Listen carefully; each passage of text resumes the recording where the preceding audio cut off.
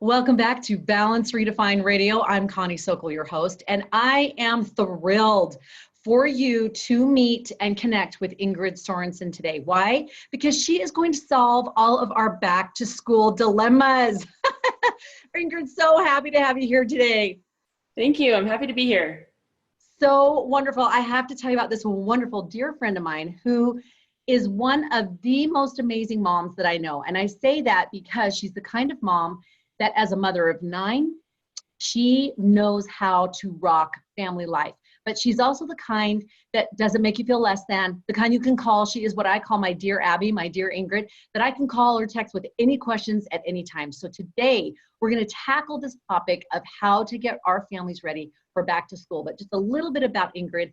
She grew up in Southern California. She actually went to college, met her fabulous sweetheart. Together, they had 9 children. She put her schooling on hold at the time, have those beautiful children, and then is now going back to school. And you're getting a degree in?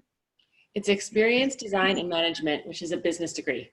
Woohoo! And she is rocking it. So it's never, never, never too late. And the thing I love is that she's also a lifelong learner. So she's always reading self-improvement books and how-to books and organization, which is her absolute forte, which is why I invited her today. So one of those women that you can just gather and glean all these pearls of wisdom and not feel any less than as a woman, wife, mother, aunt, sister, all of those beautiful things. So jumping into back to school, this can really make us all feel somewhat overwhelmed, if not completely, because some are still transitioning, and then you have to transition into doing the whole back to school thing, and kids are not that excited about all of this process. So let's just start from the very beginning. How do we help our kids sort of transition to that idea of, okay, back to school, we're going to start getting into this groove? How do you kind of make that little bit of a transition? Well, I think getting them excited about the transition and getting them on board is helpful so that they have that buy-in. So if that's a little bit of school shopping for new clothes or a backpack, something like that to get them excited about the back to school routine and the upcoming changes, then they're on board with you. And then I would say start the back to school routine a little bit early if you can, like a week in advance or even a couple days. I've been down to as low as 1 day where I say, okay, school starts tomorrow, so today we're getting up early to get our body clocks back on the new schedule, because summer, as you know, is late nights and sleeping in and being more relaxed, which is all great, and that's what summer is about. But to get them back on track, I like to start getting the clocks set, the internal body clocks set. And my favorite thing to do to jumpstart that is to take the kids to the pool for the whole day. Let them bring friends, let them, bring a picnic, whatever it is that makes them excited, and you stay at the pool the whole day. And when you come home, they crash out at 7 o'clock, and you're like, there it is. There it is. The golden school bedtime is established. And then you can start there, wake them up early the next morning and roll on. Love that. Oh my gosh, that is such a natural built-in way to do that, because I've tried different ways before, tried a week before, tried a month before to get them into this groove of getting up a little earlier, and it is just a no. It is a no. So I love that you just don't stress it. Day before, take them to the pool. Fantastic. Love. So after you kind of get them in, you mentioned the back to school shopping. I know this can be a deal for so many women. I know with me having 7 kids, I've had to do it a whole bunch of different ways to try to make it work. What are some great tips that you have to make this easier? My favorite thing for streamlining the process is to take each child into their room and pull out all their clothes and have them try stuff on. This is kind of the annual go through of the closet, right? You see what fits, see what doesn't, and take a paper and pencil in there with you. I know that sounds maybe a little over the top, but it makes a big difference. Write down what they have. 5 pairs of jeans, 3 pairs of colored pants, 2 skirts, whatever. Write down what they have, and then you can see where the holes are that they need to fill in. Like maybe they have all these cute tops, but no pants that fit. Or maybe they have no shoes that fit. So making the list of what they have, then fill in the holes of what they need. Then when you go to the store, you're not scratching your head going, does this kid have underwear that fit? I can't remember. You have it written down on a list. And if you need to take that list with you, photo it with your phone before you go in case you forget to take it with you, then you still have it on a photo. And that Streamlines also helps with budget. If budget is tight for school clothes shopping, this helps you buy just what you need to fill in the gaps, but not too much. I used to do that a lot when my oldest kids were really little and we were living on a shoestring. And this way I could just buy a couple pieces for each kid and they felt like they had a whole new wardrobe. So. Oh, I love that. And I don't know about you, but when you get into that shopping thing, all these children are coming at you saying, can I have this? And what about this? And even though I give them their budget of the stuff that they're going to pay for and all of that, we've worked that out. We usually have a certain amount that we'll budget and say, we will pay for this. And then you, if you want brand names or if you want extra, then these are the things that you're going to need to do. But they will come at me. And before I know it, I'm thinking, oh, she needs this, she needs that. But they don't really. And I know another thing too, you've made me think of it, is checking with them of what they actually need. I remember one year, my son was doing something. I was slaving over this list of what to do for back to school. And I said to him, okay, so do you need new shoes? And he said, yeah. And then I went back to the list and I had this thought of, does he really need new shoes? Is he even paying attention to me? So I asked him again, no, honey, do you really need new shoes? How are your shoes fitting? He's like, nah, I guess they're fine. And then went back to what he was doing. He could care less, saved me $40. So I love that you're saying, have this conversation with your kids, get that family buy-in, get that connection, find out what they have, what they actually need, and then make the plan for how many things they actually will be getting. I love that. And another thing, help me understand what's a good way to do it. I know when back in the day, my mom, I had two other sisters and we go to the Nordstrom half yearly sale. That was like our thing. And we get all the clothes possible for the school year. But I've noticed as my kids have gotten older, there's not a lot of like wintry stuff out. So you just have sort of the fallish stuff and then you got to go shop again. Any tips for that? Because I hate going back and double shopping. That's true. And I have totally been known to go shopping without my kids and come home with stuff for them. So say school's already in and then the sweaters and coats appear at the store and I would just go and buy one and bring it back and say, look, honey, I got you a new coat. And they go, yay. They don't go, I want the pink one. I want the purple one. They just say, thank you. Great. So I have a daughter that especially gets really overwhelmed with choices. If I take her to the store, she wants everything there. She can't comprehend, just pick out your two favorites. It doesn't register in her mind that way. So I go shopping and I buy clothes and I come home and I say, look, this is what I got you. And that also can, maybe that works for some of your kids, but not others. But if you have more than one or more than a couple, shopping can be crazy. Like one time I remember doing both ways, like, oh, I'll take everyone and we'll just get done all at once. That was exhausting. Oh, it was horrible. Yes. I mean, we did it, but it wasn't joyful. No, not at all. I've done the same thing. I took all 6 and it was 3 to 5 hours at a time. And it was the most nightmare. In fact, one year it was so bad that I remember I turned it over to my husband at the time and he went and he just bought them all sweats. That's all he bought them for the whole school year. It was sweats because he could not handle it. It was so funny. So, it really can be stressful. And I know a lot of people shop online now, and I know that we can involve our kids.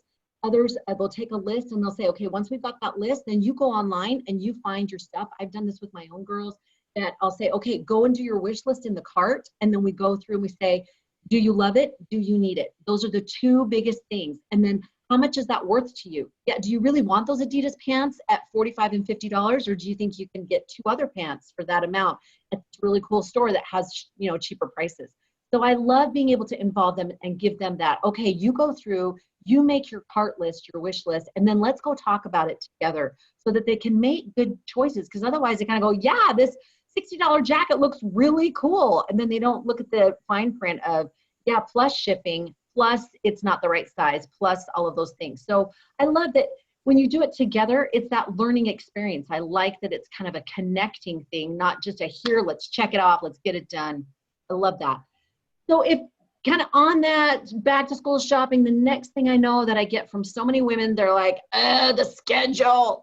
What kind of tips do you have for the schedule? Because you are a boss about schedule, about keeping 9 kids, humming and moving and chores and all of that. What are some things that have worked for you? What I like to do is even write things down.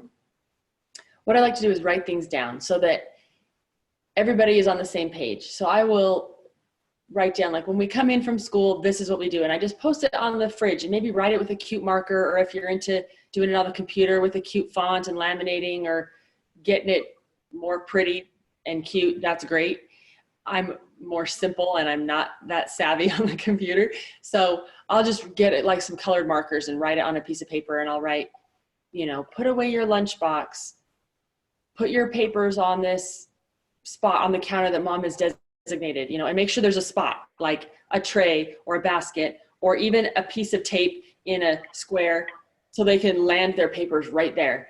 And, you know, wash your hands is one I just implemented this last year. I thought that's a great idea to have kids just wash their hands when they come home. They've been at school with all the other children and all the other germs and the dirt, and just come in and wash your hands. And I wrote on the paper, give someone a hug. So it was, put away your lunchbox, put away your papers, wash your hands, and give someone a hug. And it turned out really cute. My little kids would go find a teenager or their older siblings in the house and hug somebody. And it just added this little thing to our day, which was such a sweet little afternoon moment. It was kind of fun. I wrote it down there, not really all that serious. I just kind of thought, well, if it happens, cool, let's see what happens. And it happened. It was really sweet. So, but the idea is that you post that schedule of just even those simple routines. That whole routine takes 3 minutes for my elementary kids to do when they walk in the door, but it just establishes a little bit of order instead of flying in the door and flying the backpack and the boots and the jackets everywhere. There was, you know, a little bit of a routine that we just tried to focus on, and making it a 5-minute routine made it really doable for me to manage it. And it made it doable for the kids to succeed at it. So it was short, but it was punchy. So. Love that. And that avoids that feeling of when kids get home and you've got a laundry list of things for them to do where they feel like, hey, I just went through school and my brain is completely fried. I love that 5-minute routine. And that's easy for any mom to be able to identify what are the key spots for her. Maybe it's the entryway, or maybe it's, I need, like you said, the papers put away, or I need you to go and feed the dog because the dog hasn't been fed, or whatever, choosing that routine. I love that. And I love the hug thing. And studies show that that's so important. In fact, my daughter and I have been trying, it's been hysterical, but they said a 20-second hug is the most ideal. It actually changes the physiology of the both people who are hugging. But imagine 20 seconds, that's a long time, right? So they said an 8-second hug is still very, very healthy and does somewhat similar. So we've been trying to do this 8-second hug, and it's hysterical. Like, she is counting. She is counting, and she's like holding, like, okay, are we done? Are we done yet? Love it. But I love that. I love that you added that, not just to do the dishwasher, sweep the floor, that you added in that heart thing, that lovey thing where connection, you're creating connection with the kids and not just a laundry list of let's do.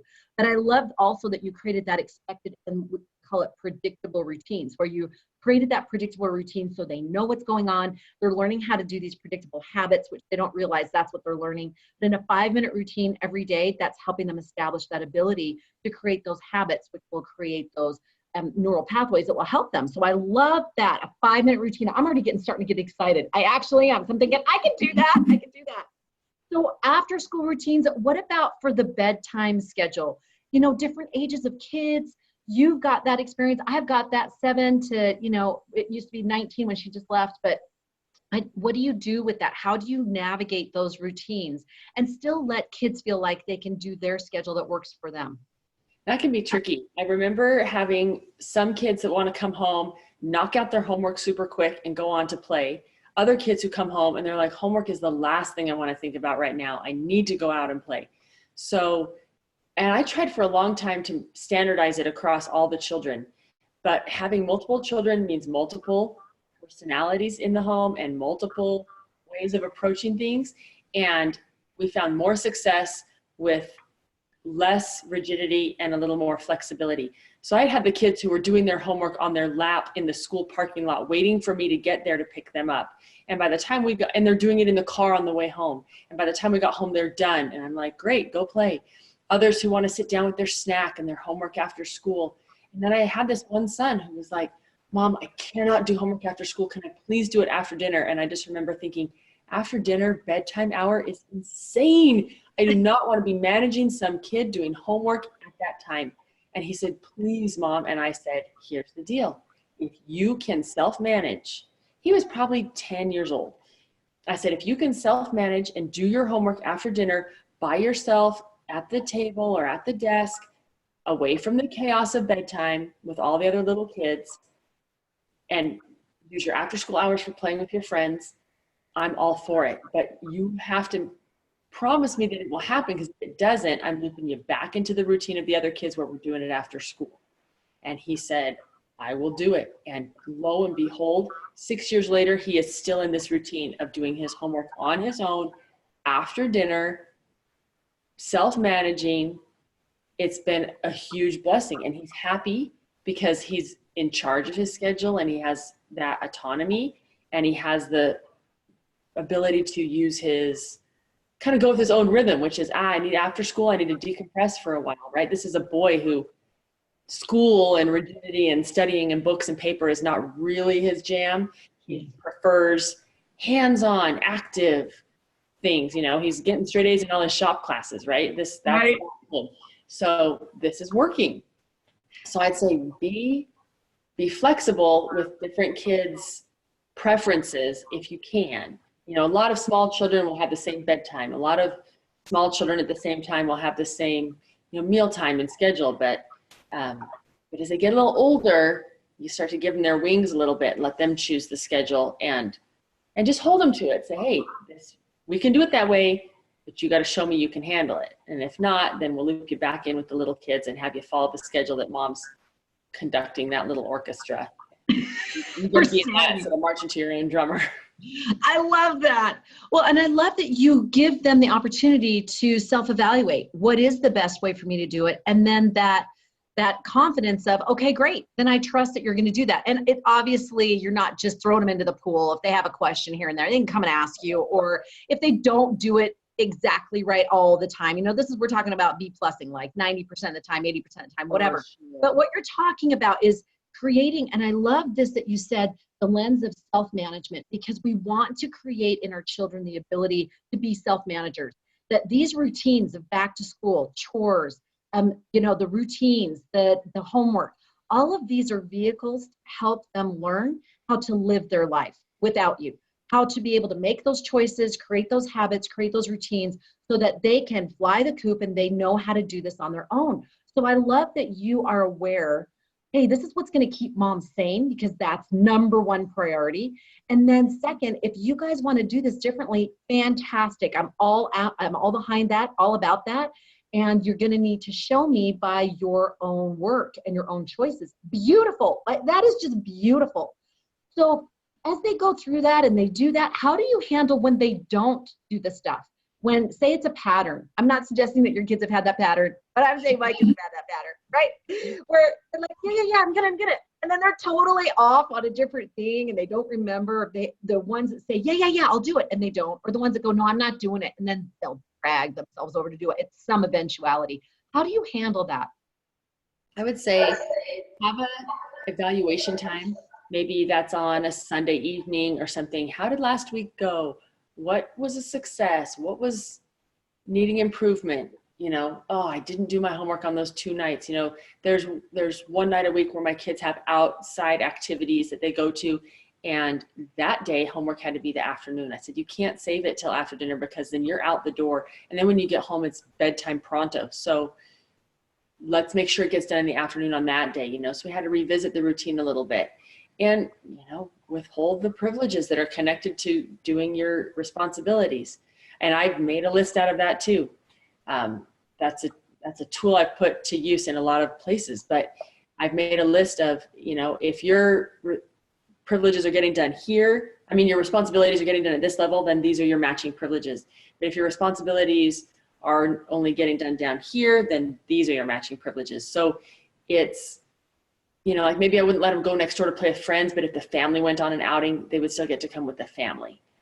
Does that make sense? That makes total sense. And I love that. So it's not a punishment. I think this is a concern for a lot of parents, is teaching, not punishing, but then not being, you know, a doormat. So I love that you're sharing. No, it sounds like you guys sit down together and talk about what those privileges look like, so that they're really on your device, driving the car. You know, these are things that I don't know that kids nowadays realize. A phone and car and stuff are extra unless they're paying for it themselves.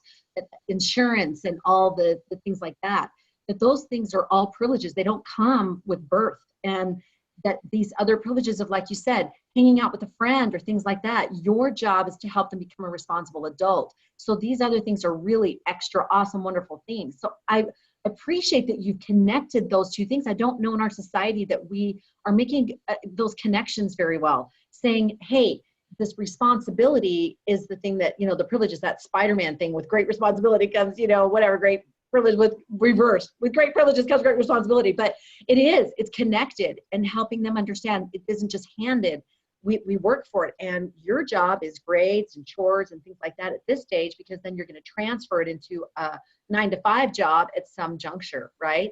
So I think that's fantastic. And it sounds like when you're talking about that and you're evaluating that, it sounds like you start with the positive. Hey, what went good this week? So is that an opportunity for you to sort of give them some kudos as well? Absolutely. I think that starting with the positive and then ending with positive too, right? That sandwich principle. Hey, you did great at this week. You took this test, you studied hard, you did well, you must feel great. Way to go.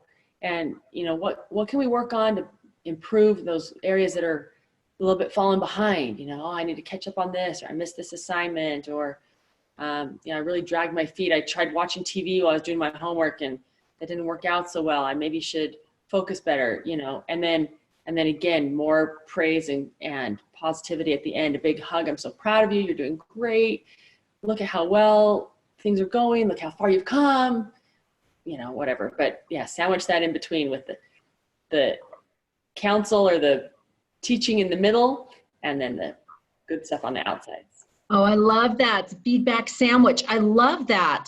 And being able to have that moment as a parent to specifically praise, not just, hey, you're so awesome, but wow, great job. And helping them see patterns too. I know that as a parent, sometimes it's hard for them to see how much growth they've had, or to see that they are putting something off, and without pointing a finger at them, helping them give that opportunity for that self-reflection, which again is not very present in our society or in our schedules. It's so busy. So I love that there's that predictable routine of, sounds like you don't do all 9 children on, the same night, but that you take those moments.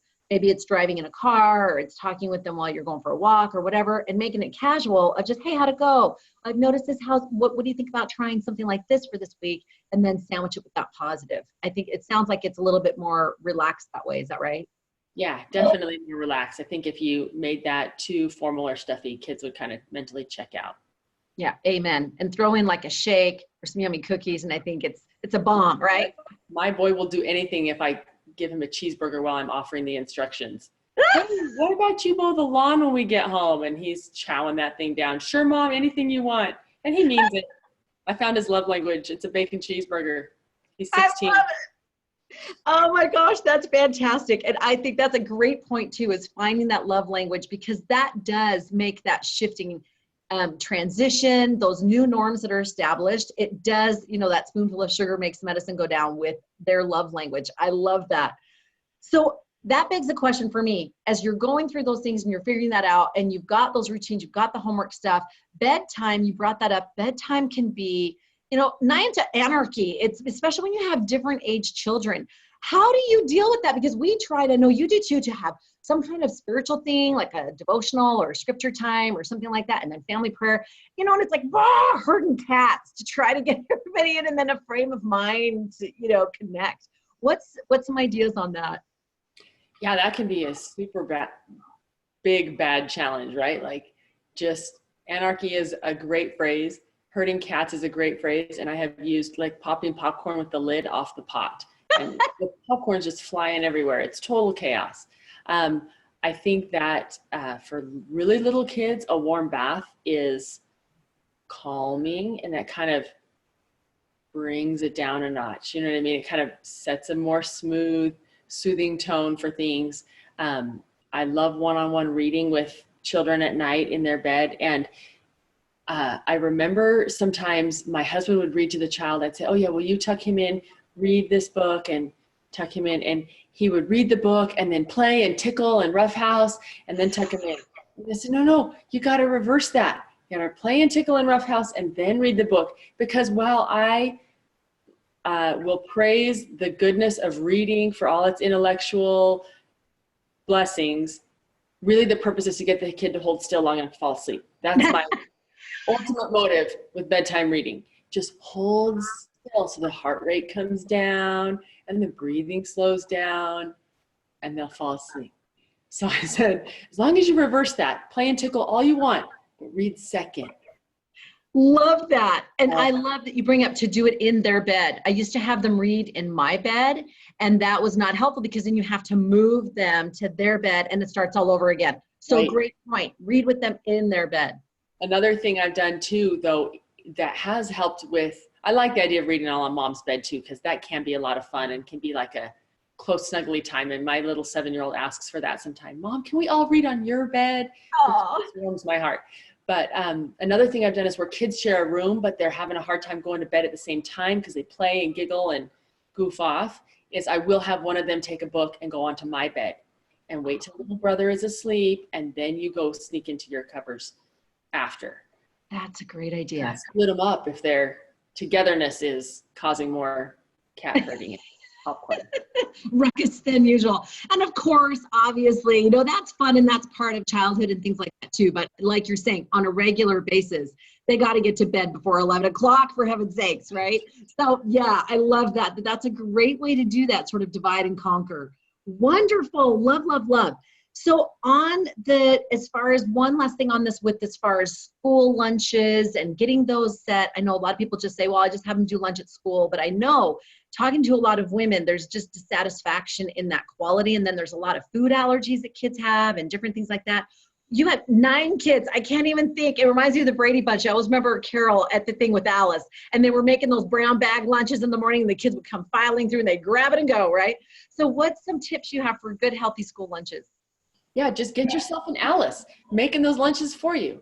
Okay, wait, realistic. Okay, I get my kids to make a list of things that they like, and I let them look through cute cookbooks or magazines. Nothing, I don't go buy anything, but I guess you could go to the library if you want to get creative on a shoestring budget too, right? And just get some ideas flowing. You could sit down and look at the computer and get some ideas, or Pinterest if you want to go there, and just get the kids excited about home lunches. If home lunches are important to you, that they take a home lunch, then get them excited with these, maybe it's cute little containers, or maybe it's the carrots cut up in a different way, like penny slices instead of sticks or whatever. You know, put a little toothpick in there and they can stab each individual raisin with a toothpick, and that makes it fun for a little kid. Just get them excited about some different ideas, and then again, make a list. And sometimes in the morning chaos, we're cleaning up breakfast and throwing toast and eat this quick and trying to make lunches at the same time. But I'll have a meal plan for the lunches that says on Mondays you get PB&J and carrot sticks and a banana, whatever. And so on Monday morning, there's the list. And even a 5-year-old can look at that list and go, carrot sticks, banana, and can help pack the lunches. Or if I buy like little individual bags of chips from Costco in the big box, my kids want those every day. They want 2 flavors every day. And I'm like, slow down, you know, chips are more of a treat, not really very healthy. You know, you can have chips on 2 of the days in the week, but not every day. But if it's written on a little list and they know, oh, Thursday's chip day, and they get excited and they can get their chips, or cookie day or whatever it is. So that's helped me to mix up the routine so they're not eating the same sandwich every day for 40 weeks, right? Yeah, or plowing through. You come back from grocery shopping and 3 days later, like, where did everything go? Because somebody took 5 Rice Krispie treats or whatever. You're like, that was for a special Friday thing, right? So I love that you share that. And the idea, you're spot on. I know when my daughters, we got these cute little cookbooks. And just like you're saying, they look through for these pinwheel sandwiches and things like that. And they got so excited. They were happy to make their lunch. And I think that's a big point to make. I'm not sure what your thoughts are on this, but I think as early as possible, like 3rd, 4th, 5th, 6th grade, they are helping making those lunches and then making their own. I know the daughters had different, different friends whose families, their moms made their lunches even like 8th and 9th grade. And I remember they felt kind of like, hey, yeah, how come you're not doing that, Mom? And I'm like, because I'm teaching you self-reliance. You need to know how to get up, make your own lunch, and get yourself ready and out the door, because guess what? You're going to be doing that in the future. So it's not a mean thing for moms that are listening. You can show your love and kindness in other ways. Like I put little notes in their lunches so that they know I love them and they get a little surprised, or maybe I'll throw in a little treat that they didn't expect from mom's little special stash, right? But that they have this responsibility, and it's a very doable one that they can do from a young age, that teaches them that self-esteem is what comes from them learning. Oh, I can do this and I'm responsible and I made that happen. Yeah, I love that. I love that. And I think it's kind of a good combination, right? You can, like you said, you're sending love with them in the lunch. If it's a little note, or even if it's just a little hug on the shoulder, like, hey, you made your own lunch, little 7-year-old, good job. Kiss, hug, proud of you, way to go.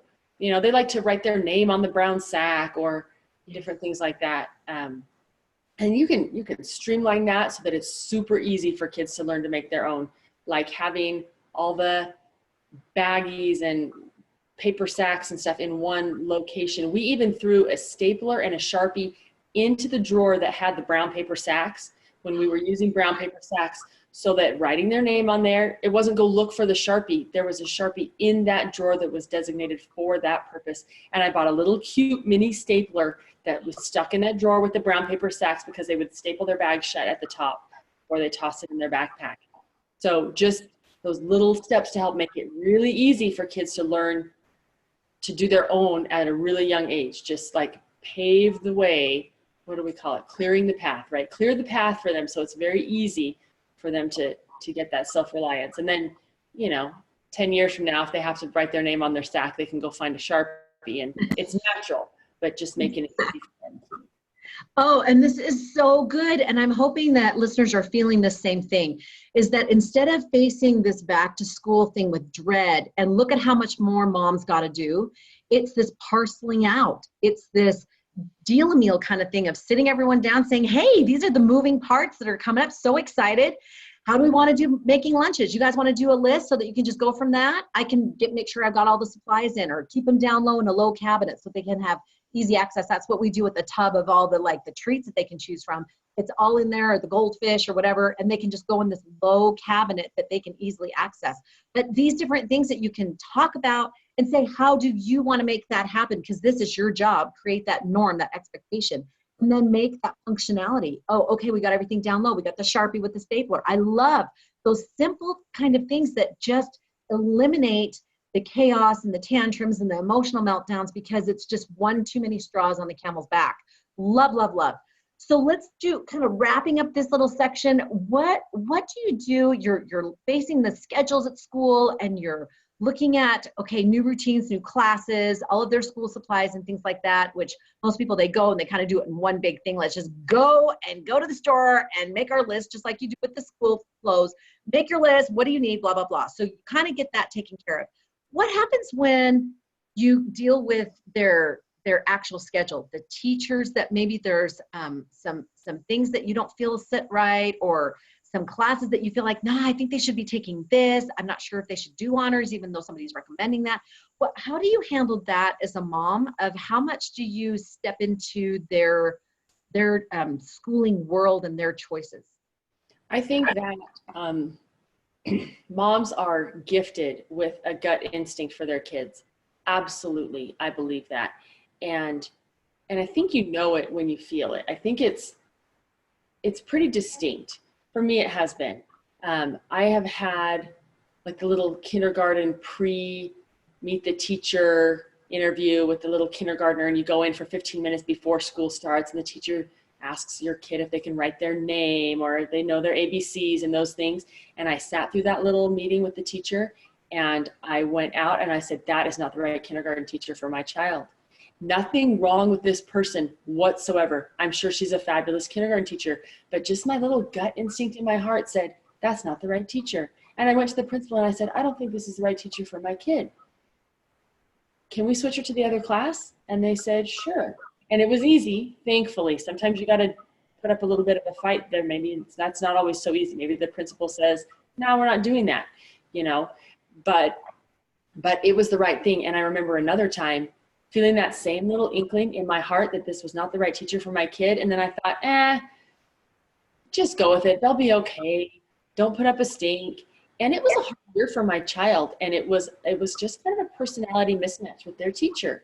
And so I say, follow that gut instinct. You know, if the gut instinct says the teacher's recommending honors for my kid, but my gut says honors is not the right thing for this kid at this time, follow that. You know, just take a minute to be still and listen to that gut, because I think moms are probably right more often than not. And as your kids get older, you involve them more, you know, in high school classes, and what are you taking and where are your interests? And of course you tailor to what they're interested in and what they want to do. You know, if they're real science minded or really arts minded or whatever it is, play to their strengths, of course, and work with them.